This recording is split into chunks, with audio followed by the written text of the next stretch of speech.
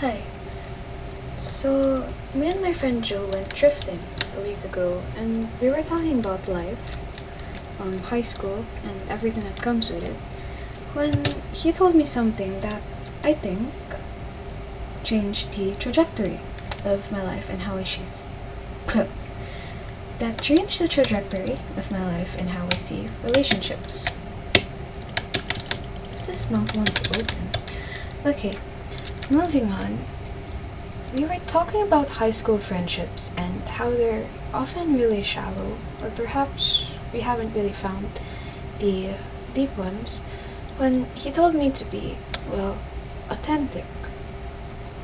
And this sounds really silly, but I've never really considered being authentic in my relationships. Oftentimes, I have traded authenticity for being agreeable, especially in situations such as high school. Being agreeable sounds much less dangerous than being authentic, especially with how social media is really connected and clicks and cliques.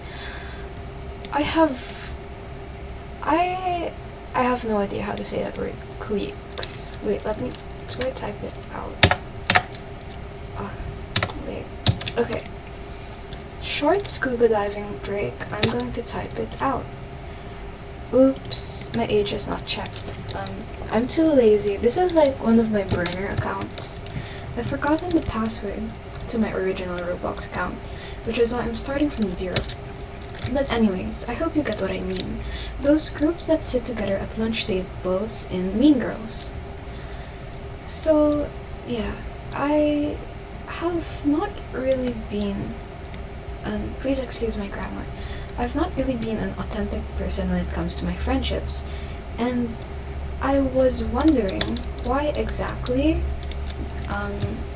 exactly my friendships seem so shallow. And looking back, after a week of reflection, I literally answered my question. It was the lack of authenticity. Why exactly do I think that? No, instead of telling people my opinions, I would just rather agree with theirs. Before I stopped speaking, actually, I already had this idea that I would say yeah or totally, or that I agreed with them and had a similar or same experience. Or when they told us joke, even before processing what it was, I would often just start laughing. I guess it got me to be a likable person. I think I am, but it's to a shallow degree. You know, likability over authenticity. When you're authentic, I feel like less people gravitate towards you, and when people get to know you, there's a chance that they wouldn't like you. And something that I've learned over the past week since going thrifting with Joe is that that's alright. People don't have to like you. It may hurt when people get to know you and realize, oh, you're not my type of person. But I think it's like weeding out bad weeds, you know. I used to farm. Well, not really farm, but I used to work at a farm, and often we would weed out these things so that the good things can grow. The flowers, the coffee beans. No, actually, coffee beans, you don't need to weed things out, but just as I was saying, you weed out all of this, even though it's abundant in quantity. I don't know why I said it like that. You weed out all of this, even if it's abundant in quantity, to get the few ones that are quality. And I think in high school, being authentic can be really hard, especially, yeah, I mean, it's high school. Um, but I think it's worth it. In the past week of being authentic, I have ended up burning and building a couple of bridges. I just think that as humans, as social beings, it's really worth it to get out once in a while and have people that actually know us, you know. Like, before, I never really told anyone about my interest. I would go along with what the trend was, and I was likable. But I've noticed that people don't really get deep with likable. It's a shallow thing. You could like someone and not trust them. Especially, honestly, I wouldn't have trusted myself back then because I wasn't true. I guess I mirrored whoever I was talking to. So, for the past couple years of being in high school, I'm pretty sure everyone has been talking to themselves. Not only that, I've actually realized another effect of it, an unexpected effect for me, which I'm pretty sure I should have expected. I really don't know why I've never thought of this after Joe brought it up, but an unexpected effect of it for me was a lack of identity. After mimicking everyone's likes, their dislikes, their actions, attitudes, even their way of speaking, I found that when I got home after school and laid in bed, that I didn't really know who I was. And that sounds extremely silly. How could you be a certain person and not know who you are? I mean, I get not knowing who someone else is. That's normal. But how could you not know who you are? It was because I was spending all my time being a lot of I was about to say like being someone else, but I realized that I wasn't just being one person else, I was being everyone else. So I was about to say being a lot of people else, but I don't really think that makes sense.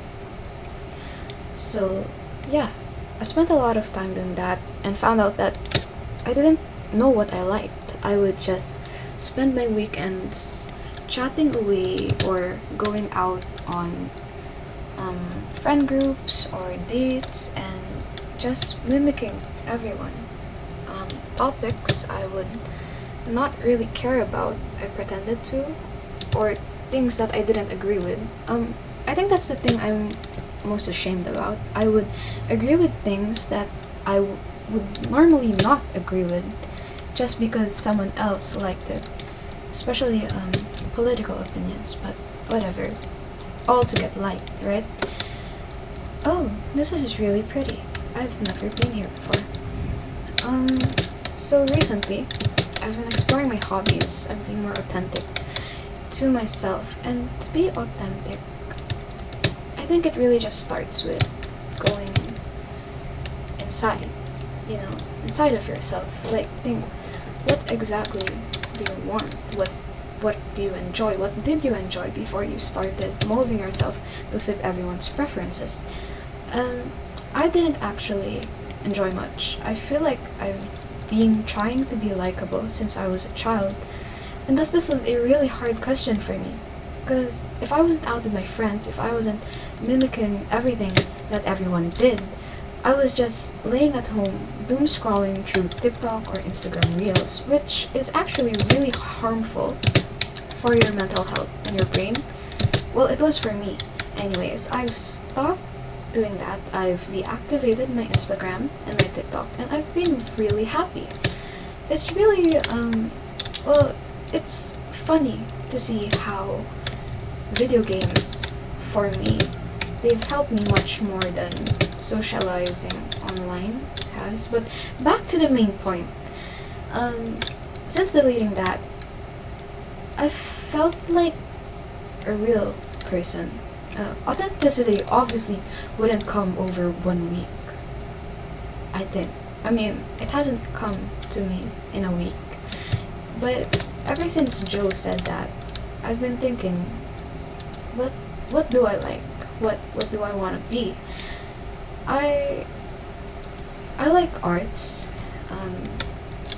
I also have started an insect collection box. So basically I find dead insects and I pin them to the box and I name them, and it's a really fun hobby for me. I really love my insects. As of now, I've currently got a moth, and that's it. I did find a couple dead insects a couple of weeks ago, but I didn't I didn't collect them. Another thing I like is drawing flowers. I received flowers a couple days ago. My first flowers, actually, that I've received. And I wanted to preserve them for a really long time. And I searched up how to draw flowers. And the process is extremely unique. I never knew you were supposed to hang flowers upside down like that. And I really like it. I've also found out that I enjoy children's classics despite my big old age. My favorite book is The Secret Garden by Frances Hodgson. Okay, I butchered that, sorry. By Frances Hodgson Burnett. I don't know how to say her name. And I'm looking for Anne of Green Gables. I really like that. I also bought Mrs. Dalloway by Oscar Wilde, I think recently, and I've just finished The Picture of Dorian Gray. I enjoyed that. It was very fun, the experience. But my ultimate favorite book would be The Secret Garden. I'm pretty sure I'm getting away from the original point. But the point is, I wouldn't have started an insect collection, or found out what my favorite book was, or even started drawing flowers if I didn't start it being authentic, and I'm really not the best person to talk about this, because I jumble my words a lot. I'm not an articulate person, but I just want to say that it's okay if you aren't liked by a lot of people. It's okay if you aren't relatable or if people call you weird. It's okay if you watch children's movies in your free time, like Winnie the Pooh. I do that. I really like Winnie the Pooh. It's fine if you don't have social media or do trends or anything, and even if you get weird glances from people. Because I think that this is your life. You have one life, and if you're living it to be likable, you're living it for someone else. And I think that's really unfair to yourself. This is your one life. Why are you doing it for someone else? Yeah, I'm pretty sure I veered off the point towards the end there, but be authentic, you know? You don't have to be like, it's okay. As long as you like yourself, long as you have your hobbies, you know what you love, you know who you are, people will, people that resonate with you will be there, you know? Like, you know that quote about butterflies? Technically you're a butterfly. Because if you go around chasing butterflies, maybe you'd catch them in nets. Joe actually catches butterflies in nets. Yeah, that's really cool. He didn't bring his butterfly net, though, so we couldn't go butterfly catching. But the point is, build your garden so that butterflies would come to you instead of catching them in nets. Because Joe catches the butterflies in nets to pin them to his insect collection board, and I think you don't want to do that. In relation to authenticity and likableness. Yeah, totally getting off the point here, but I hope you know what I'm trying to say. And that was a nice scuba dive, so I'll be going.